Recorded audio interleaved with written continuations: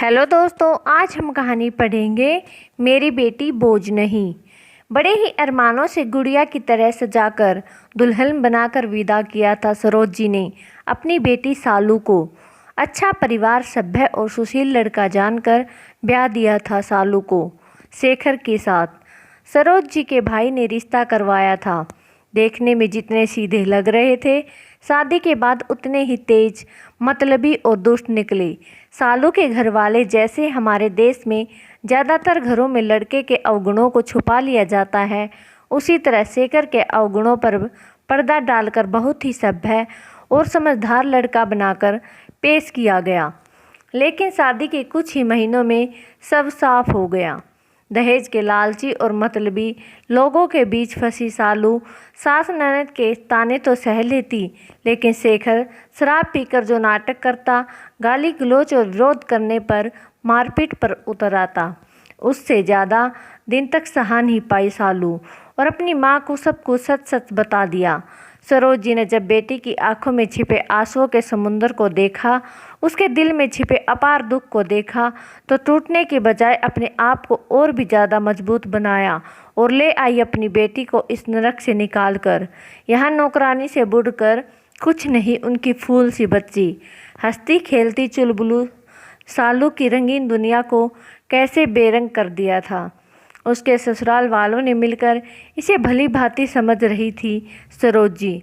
अगर पति साथ देता और अच्छा व्यक्ति होता तो छोड़ आती उसे वहाँ, लेकिन पति तो और भी ज़्यादा दुष्ट निकला। ना उन लोगों के रिश्ते में प्यार था, ना एक दूसरे के प्रति निष्ठा।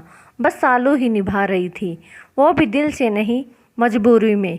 सालू को हमेशा के लिए घर लाने के फैसले पर सरोज जी की बड़ी बहू ने विरोध किया और कहा, माँ जी, आप सालू को हमेशा के लिए घर ले आई हैं। अभी साल भर ही हुई है उसकी शादी को, थोड़ा समय तो दीजिए, हो सकता है वे लोग बदल जाए। इस तरह घर ले आना तो कोई सॉल्यूशन नहीं है ना। क्या इज्जत रह जाएगी समाज में हमारी? लोग तरह तरह की बातें बनाएंगे और क्या करेंगी ये अपना जीवन में। जानती हो ना, एक तलाकशुदा लड़की का समाज में जीना कितना दुश्वार होता है। आप इतनी समझदार होकर भी इतना गलत फैसला कैसे ले सकती हैं? मुझे लगता है हमें शेखर और उसके परिवार से बात करनी चाहिए। जेठानी जी की बात सुनकर छोटी बहू ने भी यही कहा। मम्मी जी, मुझे यही लगता है हमें अभी इस बारे में सोचना चाहिए। 1 साल के रिश्ते में तलाक, लोग क्या सोचेंगे?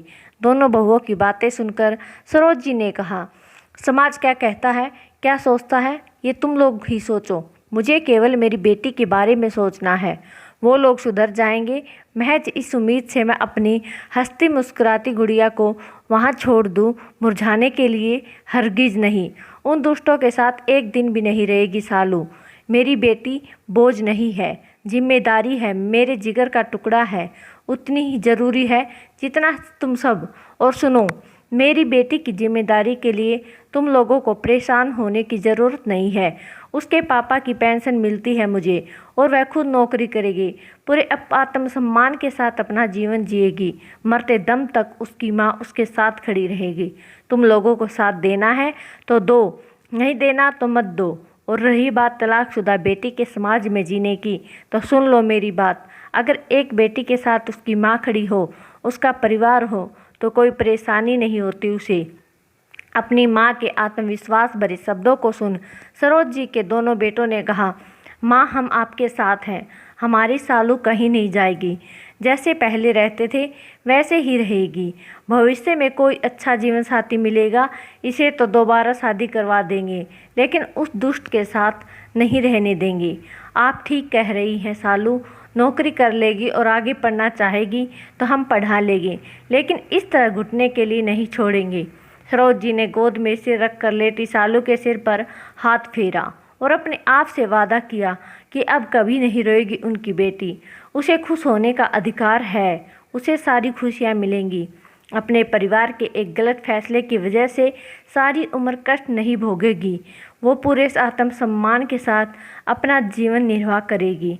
तो दोस्तों, सरोज जी की हिम्मत और जज्बे ने सालू को उस नरक भरी जिंदगी से बाहर निकालकर समाज के सामने एक उत्कृष्ट उदाहरण प्रस्तुत किया और ये दिखा दिया कि माँ बाप के लिए बेटी बोझ नहीं होती, एक जिम्मेदारी होती है जिसे ताउम्र निभाना चाहिए, ना कि ये सोचकर पीछा छुड़ा लेना चाहिए कि हमने तो शादी कर दी और मुक्त हो गए अपनी जिम्मेदारी से।